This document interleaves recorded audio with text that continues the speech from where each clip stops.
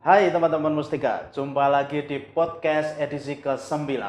Masih di suasana bulan Idul Fitri, bulan Syawal. Saya secara pribadi dan tim podcast Mustika mengucapkan minal aidin wal faidin. Dan kita akan lanjut ke podcast edisi yang spesial di edisi ke-9 kali ini.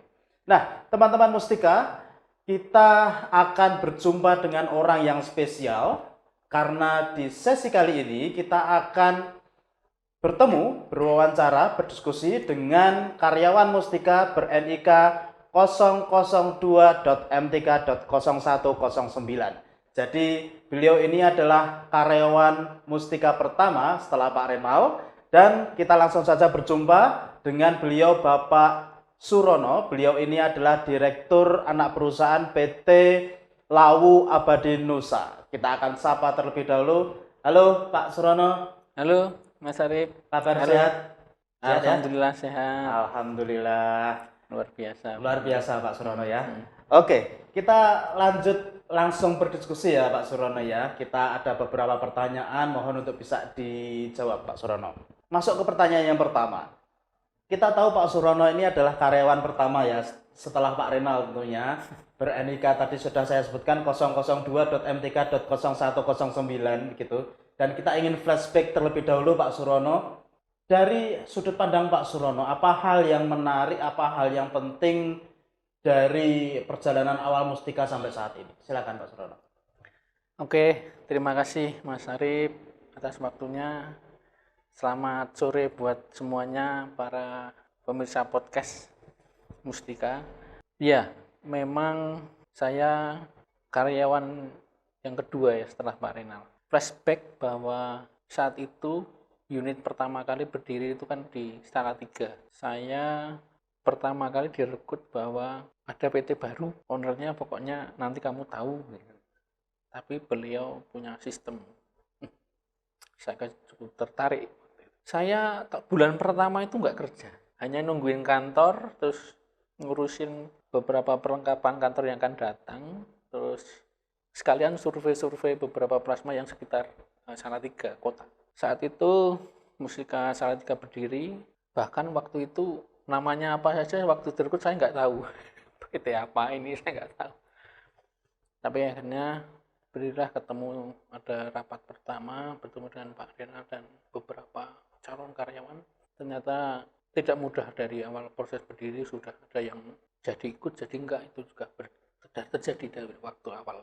Berjalannya waktu sejauh ini Mustika sudah sekian banyak ini ya, saya tidak membayangkan Mas Arif jumlah cabang, karyawan, kesejahteraan luar biasa ini, saya tidak membayangkan waktu itu. Hal yang menarik ya, saya mengikuti proses berjalannya Mustika ini, ada beberapa poin.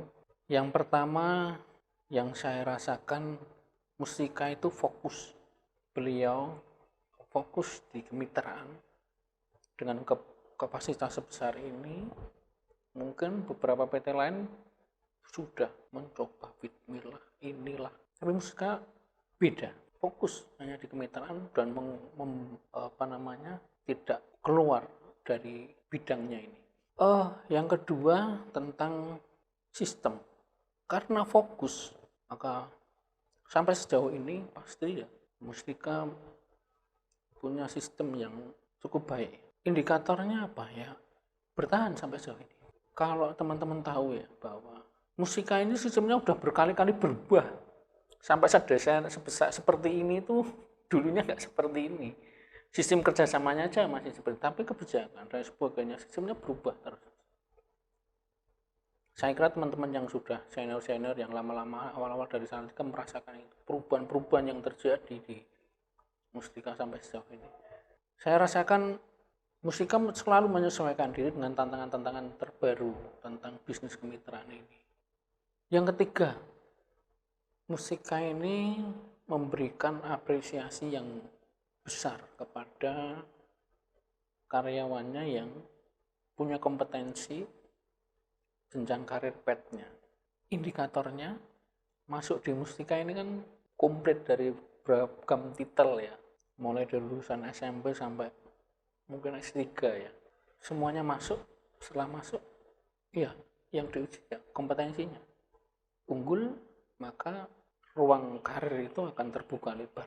Sampai saat ini pun seperti itu. Nah, hal yang menarik yang mungkin tidak terjadi di perusahaan-perusahaan lain ya, bahwa beberapa perusahaan, saya juga pernah di integrator, itu masuk itu udah langsung melihat lulusannya ijazahnya apa gitu. Tapi di sini ya awal masuk saja, setelah itu masing-masing tergantung kemampuannya masing-masing. Semakin pintar, unggul ya semakin terbuka karirnya. Mungkin ada beberapa perusahaan yang mandiri ya, seperti Mustika ini malah beberapa jajaran pimpinannya mungkin malah saudaranya, saudara ownernya kayak gitu. Nah, kalau di Mustika ini saya lihat berbeda. Itu sebuah indikator awal ya, Pak Renal, jajaran Pak Barnabas juga, itu sisi profesionalismenya dibawa di situ. Orang-orang jabatan penting yang strategis diisi orang-orang yang benar-benar berkompeten gitu. Sampai sejauh ini ya, kenapa Mustika masih eksis? 3 itu Mas, mungkin yang lain banyak, tapi saya fokusnya ke arahnya 3 itu. Oke.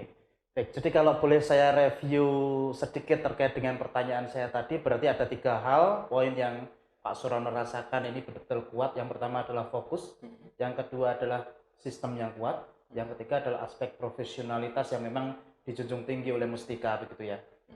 Oke. Menarik. Ya, walau awalnya kekeluargaan, tapi sebetulnya rohnya itu profesional.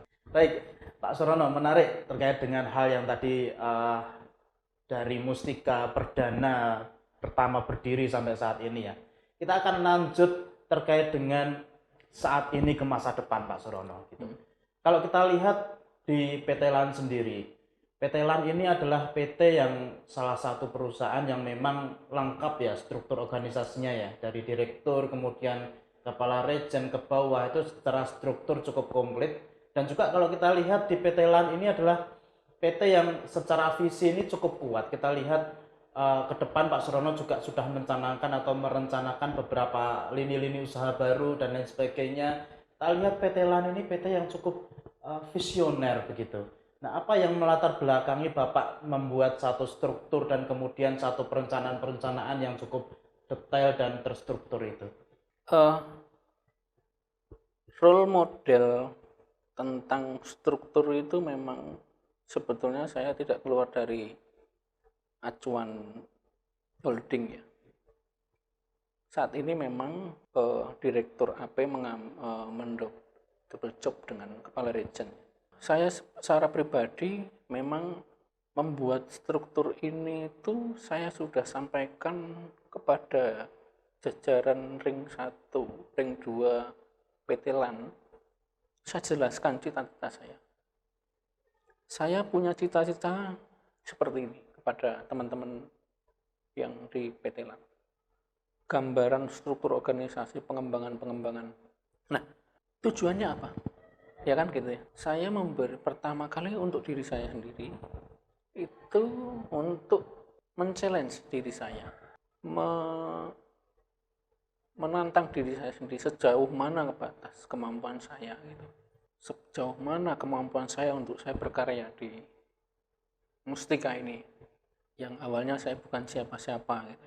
Saya ingin memberikan karya yang berbeda.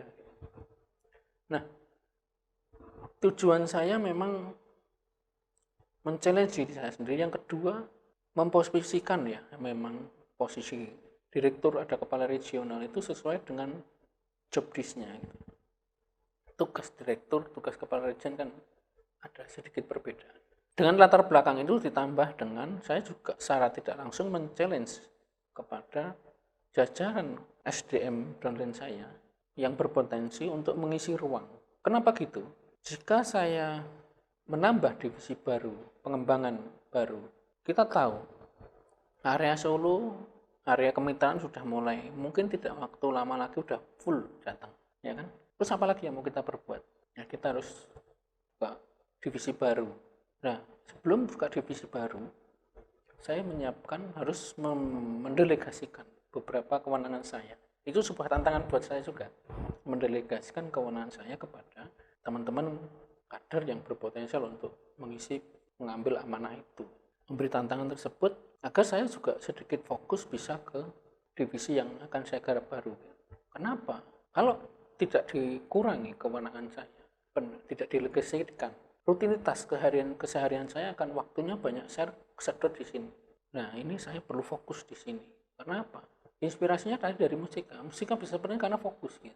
Nah, agar bisa fokus ke sini ya beberapa setnya saya bagikan kepada pimpinan yang baru dan memberikan ruang dan juga bisa ada tantangan baru menyesuaikan. Ada suasana baru, pemimpin baru, spirit baru, semangat baru. Harapannya apa? Kinerja PT LAN lebih baik dari yang saya lakukan sebelumnya, khususnya kemitraan gitu. Terus secara pribadi saya juga sebagai karyawan memang punya batasan tentang kejenuhan. Memang berbeda-beda Mas Arif. Masing-masing orang punya kejenuhan. Nah, menghindari kejenuhan untuk jabatan-jabatan strategis ini salah satunya seperti ini, pengembangan. Kita mau berkembang, bagaimana bisa berkembang tanpa mempersiapkan organisasi, men-setting organisasi ini lebih siap dari sejak dini. Mungkin itu latar belakang saya seperti itu. Oke, menarik Pak Surono. Jadi memang kita merasa satu proses persiapan yang sangat matang yang dilakukan oleh Pak Surono ya untuk menuju ke visi LAN yang lebih hebat lagi gitu. Nah, lanjut ke pertanyaan yang selanjutnya Pak Surono. Tadi kan di pertanyaan yang pertama kita flashback ya masa lalu dari Mustika berdiri gitu ya. Sampai tadi pertanyaan saya yang kedua adalah terkait dengan bagaimana kemudian Pak Surono bisa mencapai atau apa hal yang melatar belakangi Pak Surono untuk bisa meraih visi-visi yang tadi Pak Surono sudah sampaikan gitu. Nah, kita lanjut Pak Surono. Menurut Pak Surono sendiri, apa hal yang atau satu value yang penting begitu sehingga benar-benar bisa menjaga perusahaan ini tetap eksis? Tadi kita lihat dari awal sampai masa depan itu bisa benar-benar bisa tercapai. Apa menurut Pak Surono value-value atau nilai yang penting untuk menjaga hal tersebut bisa terjaga? Baik Mas Arif, jadi gini, tadi sedikit menyinggung arahnya ke visi, ada misi, ini kan larinya ke nilai-nilai. Sebetulnya di musik sudah ada nilai-nilai kan, integritas, unggul, teamwork ya. Ini sudah mengena sebetulnya, jadi menjadikan sebuah nilai budaya yang keseharian harus kita lakukan keseharian gitu. Ada tambahan ya yang menurut saya untuk Mustika agar lebih siap untuk pengembangan, memang tambahnya yaitu di sisi fleksibilitas. Fleksibilitas ini menurut saya perlu digaungkan gitu, karena agar kita terus bisa survive di setiap tantangan yang ada. Kita tahu bahwa di kemitraan khususnya bisnis ayam boiler ini kan high risk juga ya, prospeknya juga high profit gitu. Balance, imbang kan. Agar kita bisa terus survive ya, menurut saya kita harus fleksibel, itu bisa mengakar dalam diri. Tidak hanya pemikiran saja, tapi perilaku juga harus fleksibel gitu. Apa yang kita lakukan itu refleksinya itu benar-benar juga fleksibel gitu. Karena tantangan itu dan perubahan itu selalu terjadi dan nggak melihat kita itu siap gitu. Jadi fleksibel ini sangat diperlukan, baik dari jajaran holding sampai level terbawah AP pun. Beberapa inspirasi yang dilakukan manuver holding pun sangat menginspirasi tentang fleksibilitas. Berharap semua tim yang ada di Mustika ini benar-benar juga bisa fleksibel arah ke sana. Yang tambahan yang selanjutnya, spirit semua, baik dari level pimpinan ataupun bawahan, untuk mengupgrade diri, dan seorang pimpinan unit atau pimpinan terkecil pun harus berupaya meningkatkan kompetensi, karena ilmu terus berubah ya kan, tantangan terus berubah, kita memang dituntut harus terus belajar. Divisi ada LD kan, karena apa? Berkembang. musika ingin berkembang, sudah dipastikan butuh personal, butuh orang-orang yang unggul untuk mengisi ruang-ruang itu. Itu sebuah kepastian. Kita lihat bahwa DPT, mungkin perusahaan lain itu sering dengar, saya ingin buka cabang di sana, tapi nggak punya leader, kader. Nah ini rata-rata yang dirasakan beberapa investor itu seperti itu. Nah saya berharap secara pribadi juga terus belajar untuk mengkader, untuk mempersiapkan orang-orang terbaik kita. Jika suatu saat kesempatan muncul dibutuhkan untuk pengembangan mustika itu siap. Kenapa? Karena peluang, momen itu tidak menunggu organisasi itu siap, tidak menunggu kita itu siap, personal itu siap. Karena peluang itu bisa saja lewat kapan saja. Ujung-ujungnya ya kita goalnya kan mengambil peluang profit dan lain sebagainya. Nah itu yang menjadi tambahan saya. Itu Mas Arif. Oke, menarik. Jadi bikin kita semangat untuk bisa mengoptimalkan kemampuan kita ya, terus belajar, berkarya, mengoptimalkan apa yang kemudian kita bisa berikan untuk Mustika begitu ya. Nah, Pak Surono, ini saya cukup terpana nih dengan gambar yang ada di background kita. Yuk ayo sukses optimis Mustika Jaya Lestari Group gitu. Jadi bikin kita makin optimis untuk bisa melangkah ke depan. Nah, Pak Surono, terakhir ini Pak Surono, untuk teman-teman pemirsa podcast kita pada hari ini kira-kira, apakah ada satu pesan yang ingin Pak Surono sampaikan untuk teman-teman? Silakan Pak.